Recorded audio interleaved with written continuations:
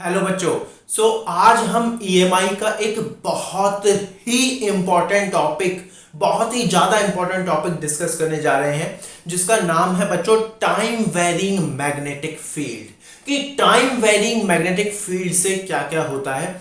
बहुत ही important topic है, competition point of view से तो बहुत ही जबरदस्त टॉपिक है।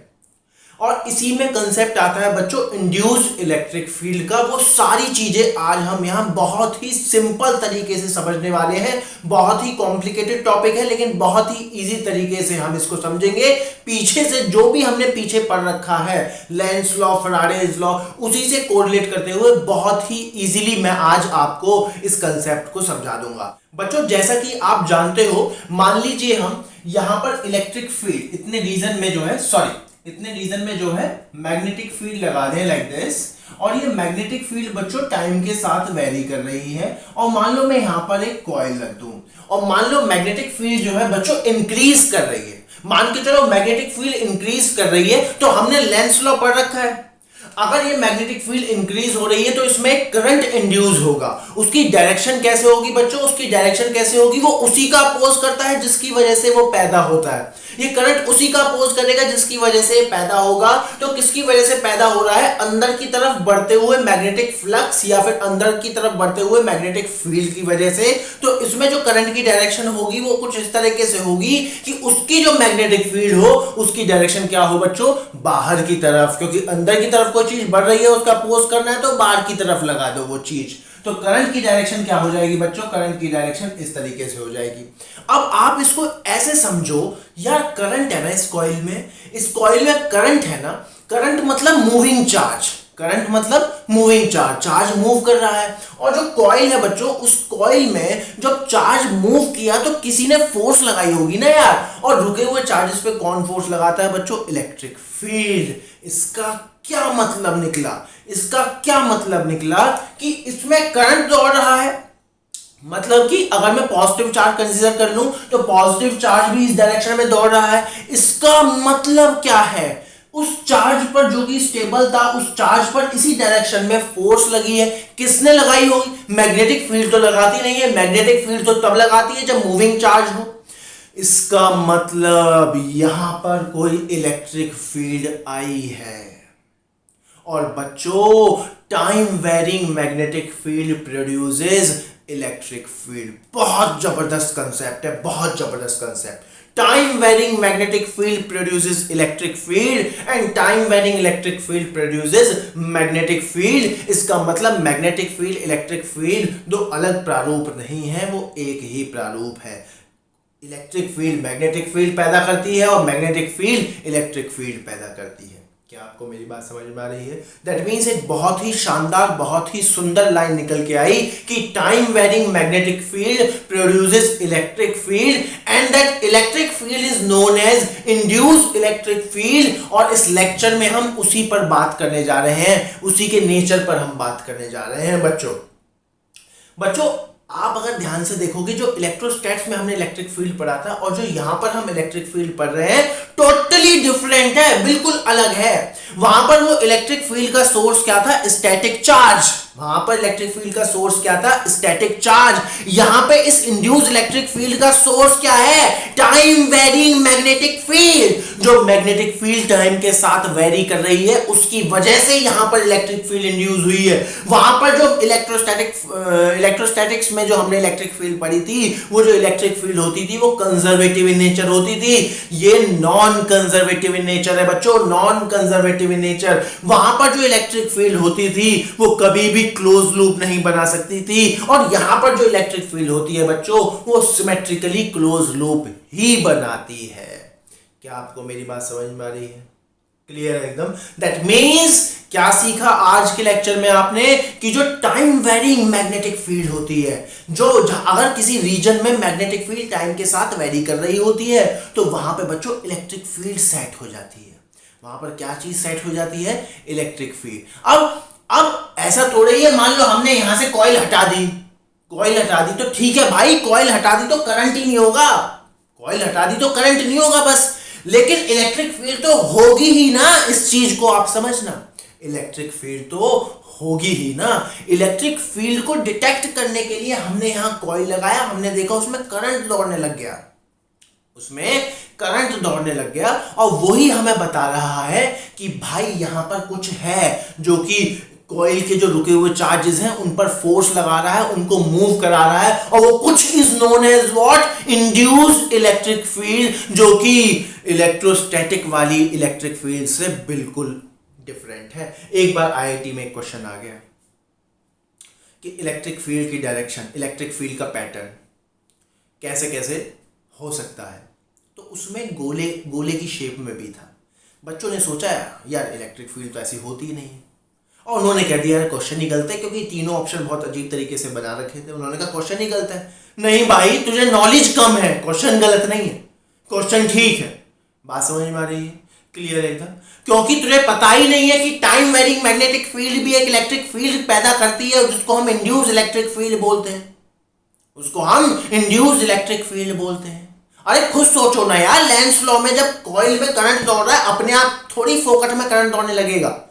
जब करंट दौड़ रहा है मतलब कि उसके अंदर जो रुके हुए चार्ज है वो मूव करने लग गए। वो मूव कैसे करने लग गए भाई? अपने आप कैसे कोई मूव करने लगेगा? अरे उन पे फोर्स लगी होगी। किसने फोर्स लगाई होगी भाई? रुके हुए चार्जेस पे तो एक ही चीज फोर्स लगाती है, वो इलेक्ट्रिक फील्ड है। मतलब यहाँ इलेक्ट्रिक फील्ड आई होगी, अरे उसे ही बोलते हैं इंड्यूस्ड इलेक्ट्रिक फील्ड, जो कि वो वाली इलेक्ट्रिक फील्ड से टोटली डिफरेंट है। अगर कोई पूछ ले व्हाट इज द डिफरेंस, बताओ उसको, आराम से बिठा के बताओ उसको, भाई ये डिफरेंस है। वहां पर जो सोर्स होता है वो स्टैटिक चार्ज होता है, वो इलेक्ट्रिक फील्ड जो है कंजर्वेटिव होती है, वो इलेक्ट्रिक फील्ड कभी भी क्लोज लूप नहीं बना सकती। और यहाँ पर जो इंड्यूस्ड इलेक्ट्रिक फील्ड है उसका जो सोर्स है वो क्या है? Time varying magnetic field.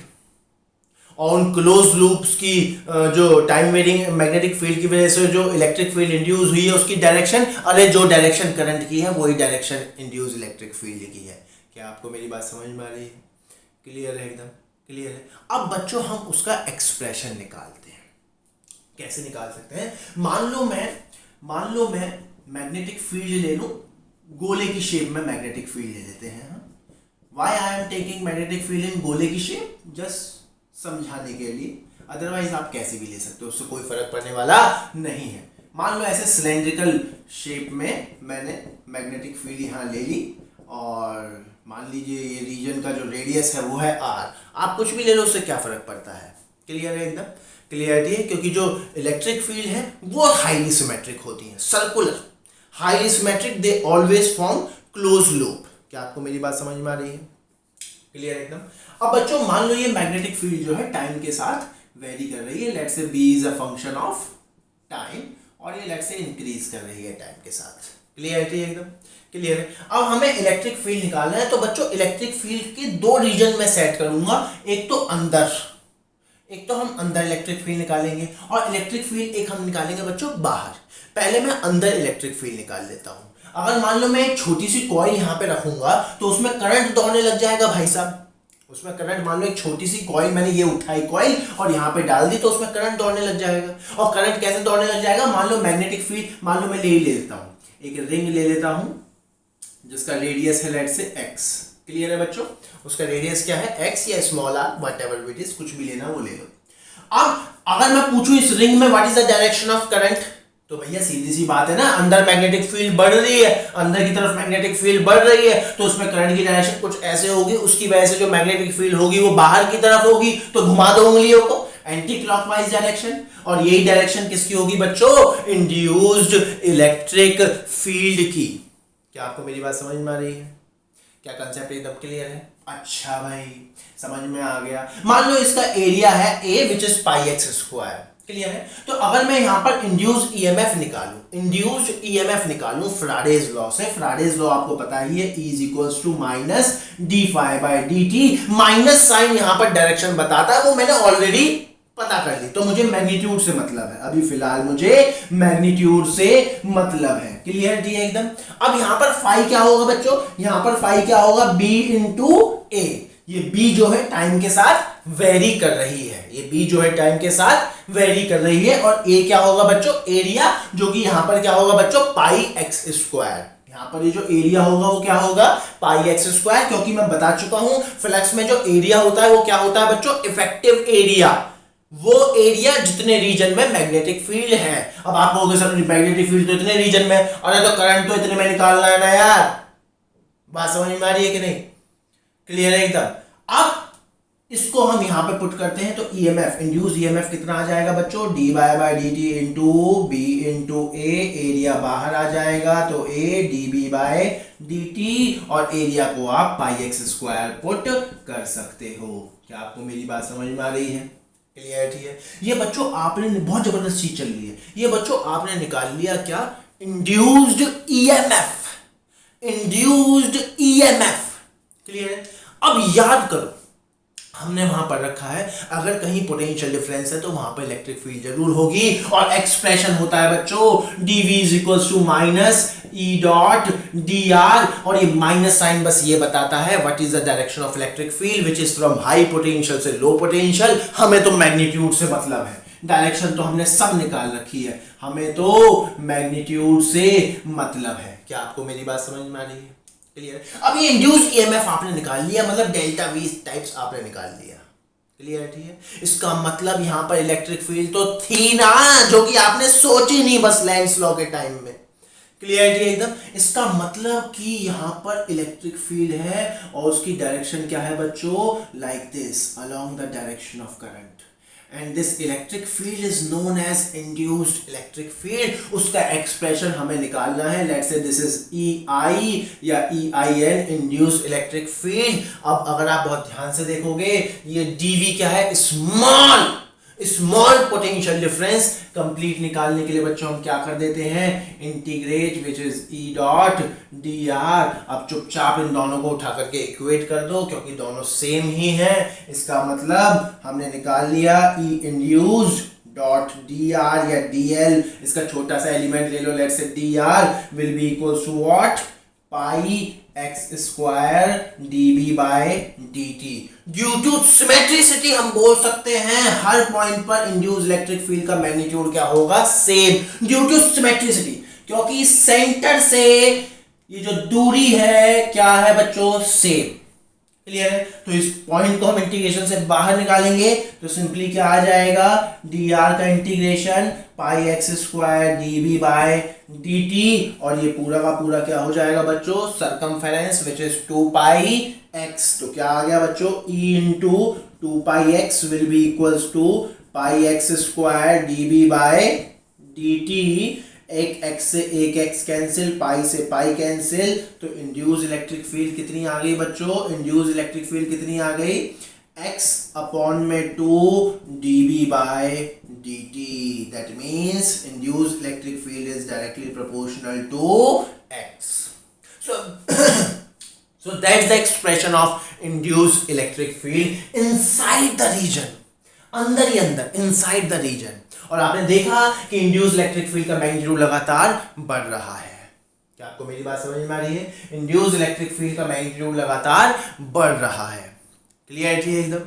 एकदम क्लियर है कंसेप्ट, कोई दिक्कत नहीं है इसमें। इंड्यूस्ड इलेक्ट्रिक फील्ड आपको समझ में आ गई। बिल्कुल ऐसे ही करना है, बिल्कुल ऐसे ही करना है, एकदम ऐसे ही करना है। बेसिक कंसेप्ट इज दिस, दोनों चीजों को हमने कोरिलेट कर लिया। अब हम क्या कर सकते हैं बच्चों, आउटसाइड निकाल सकते हैं। अब हम क्या निकाल सकते हैं, outside, that means x is greater then capital R। अभी हमने कहा निकाला, inside which is x is less then capital R। अब हम कहा निकालेंगे बच्चों, आउटसाइड। आउटसाइड में भी ऐसे ही काम कर दूंगा, एक कॉइल रख दो यहां पर इस तरीके से, एक कॉइल रख दो यहां पर इस तरीके से। तो इस कॉइल में भी अगर मैं पूछूं करंट की डायरेक्शन तो आप बता सकते हो। इस कॉइल में भी अगर मैं, लेट्स से इस बार x ये हो जाएगा, इस कॉइल में अगर मैं करंट की डायरेक्शन पूछूं तो भी आप बता सकते हो। क्लियरिटी है? करंट की डायरेक्शन अभी भी सेम होगी, मतलब इंड्यूस्ड इलेक्ट्रिक फील्ड अभी भी सेम ही होगी डायरेक्शन। क्लियरिटी है ना? लेट्स से EI अगेन हम वही सब कंसेप्ट करेंगे। पहले EMF निकालूंगा। बस ध्यान से सुनने वाली बात ये है, जब मैं ये कैलकुलेशन कर रहा हूँगा तो बस क्या चीज चेंज हो जाएगी बच्चों, एरिया। क्योंकि एरिया क्या होता है, इफेक्टिव एरिया। वो एरिया जहां तक इलेक्ट्रिक फील्ड वो एरिया जहां तक मैग्नेटिक फील्ड मौजूद है। और अगर मैं इस पूरे की बात करूं, वैसे इसका एरिया तो पाई एक्स स्क्वायर होगा, लेकिन फ्लक्स निकालते टाइम इसका एरिया सिर्फ पाई आर स्क्वायर होगा, क्योंकि उतने ही रीजन में मैग्नेटिक फील्ड मौजूद है। इसका मतलब इसका जो ई आएगा बच्चों, इसका जो ई आएगा वो सिंपली क्या आएगा, इसका जो ई आ जाएगा बच्चों वो सिंपली क्या आ जाएगा, pi r square d B by d t. क्या आपको मेरी बात समझ में आ रही है? अगेन मैं इसको उठा करके इक्वेट कराऊंगा, यहां से इक्वेट कराऊंगा तो क्या आ जाएगा बच्चों, E dot d r will be equals to pi r square d B by d t. Again हर पॉइंट पर due to symmetricity electric field symmetric है, सेम है, उसको बाहर निकालेंगे तो क्या हो जाएगा, डी आर का इंटीग्रेशन बच्चों क्या हो जाएगा, डी आर का इंटीग्रेशन अगेन क्या आ जाएगा, 2 पाई एक्स बराबर pi r square d B by d t. एक पाई से एक पाई कैंसिल, तो इस बार ई क्या आ गया बच्चों, r square d B by d t upon में 2x। That means in this case electric field is inversely proportional to x। इसका क्या मतलब है बच्चों, जो इंड्यूस्ड इलेक्ट्रिक फील्ड है वो सेंटर से जहां तक मैग्नेटिक फील्ड है वहां तक तो बढ़ती है, लीनियरली बढ़ती है, और outside the magnetic field region वो इलेक्ट्रिक फील्ड घटने लगती है। क्या आपको मेरी बात समझ में आ रही है? क्या इंड्यूस इलेक्ट्रिक फील्ड का कंसेप्ट एकदम क्लियर है? बहुत इंपॉर्टेंट है बच्चों, बहुत सारी प्रॉब्लम यहां से बन सकती हैं। और अगर मैं इसको ग्राफिकली समझाने लग जाऊं, इंड्यूस इलेक्ट्रिक फील्ड और एक्स के बीच में ग्राफ बना लूं, तो ये रीजन होगा x is less than r का और ये होगा x is greater than r का। तो सेंटर से लेकर टॉप मोस्ट तक increase linearly and then it will decrease. क्या आपको मेरी बात समझ में आ रही है? क्लियर है एकदम? इसको आप नोट करिए, हम आगे बढ़ेंगे। चलिए बच्चों, एक बहुत ही सिंपल सी प्रॉब्लम, बहुत ही इंटरेस्टिंग सी ब्यूटीफुल सी प्रॉब्लम हम यहां करते हैं। मान लो बच्चों एक रिंग है, नॉन कंडक्टिंग रिंग है। नॉन कंडक्टिंग मतलब इसमें करंट फ्लो नहीं कर सकता, इसमें जो चार्ज है वो फ्री नहीं है, इसमें करंट फ्लो नहीं कर सकता। एक नॉन कंडक्टिंग रिंग है जिसका रेडियस है r, वो इनिशियली बच्चों रेस्ट में रखी हुई है। वो इनिशियली क्या है, रेस्ट में रखी हुई है। उसका मास m है, उसका टोटल चार्ज कितना है, ये जो पूरे पे चार्ज कितना है बच्चों, q। इनिशियली वो रेस्ट में है बच्चों। अब हमने क्या काम किया बच्चों, हमने स्विच ऑन किया और स्विच ऑन करने के बाद जैसे ही हमने स्विच ऑन किया, यहाँ सारे में एक मैग्नेटिक फील्ड सेट हो जाती है T = 0। जैसे ही हमें कोई स्विच ऑन करते हैं, कोई भी एक्सटर्नल मैग्नेटिक फील्ड लगा दी, वो मैग्नेटिक फील्ड बच्चों वो टाइम के साथ बढ़ रही है। और कैसे बढ़ रही है वो टाइम के साथ, dB by dt बराबर k where k is some constant, एक कांस्टेंट रेट से वो बढ़े जा रही है। वो पूछ रहा है बच्चों find omega at any time t। वो ओमेगा पूछ रहा है। सबसे पहले तो आप ये सोचो कि ये ओमेगा मतलब घूमना, वो घूमेगी ही क्यों? बिल्कुल घूमेगी बच्चों, बिल्कुल घूमेगी। क्यों? क्योंकि time varying magnetic field produces electric field, और जो इलेक्ट्रिक फील्ड है वो चार्जेस पे लगाती है फोर्स F = QE। और अगर वो चार्जेस फ्री होते तो वो करंट पैदा कर देते। अगर वो चार्जेस फ्री होते तो वो करंट पैदा, क्योंकि उन चार्जेस पे फोर्स लगती वो चार्ज मूव करने की कोशिश करते। अगर वो फ्री होते तो मूव कर जाते, करंट पैदा हो जाता। बहुत बढ़िया पढ़ा है हमने। लेकिन भैया नॉन कंडक्टिंग रिंग है। कैसी रिंग है?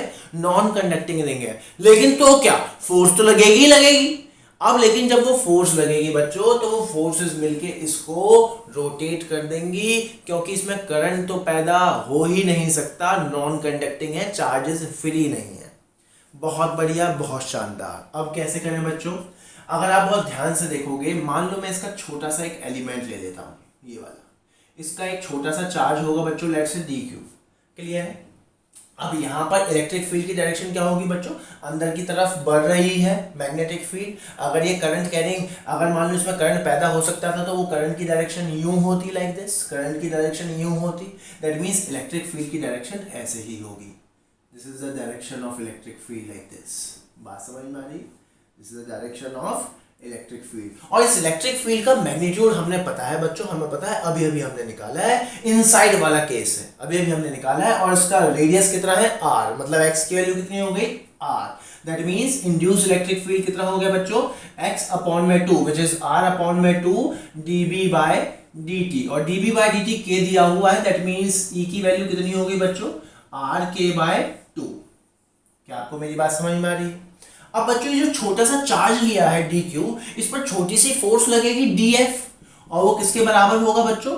डी क्यू इंटू ई, और ई की वैल्यू कितनी है बच्चों? ये that means r k q by 2 into d q. Clear है?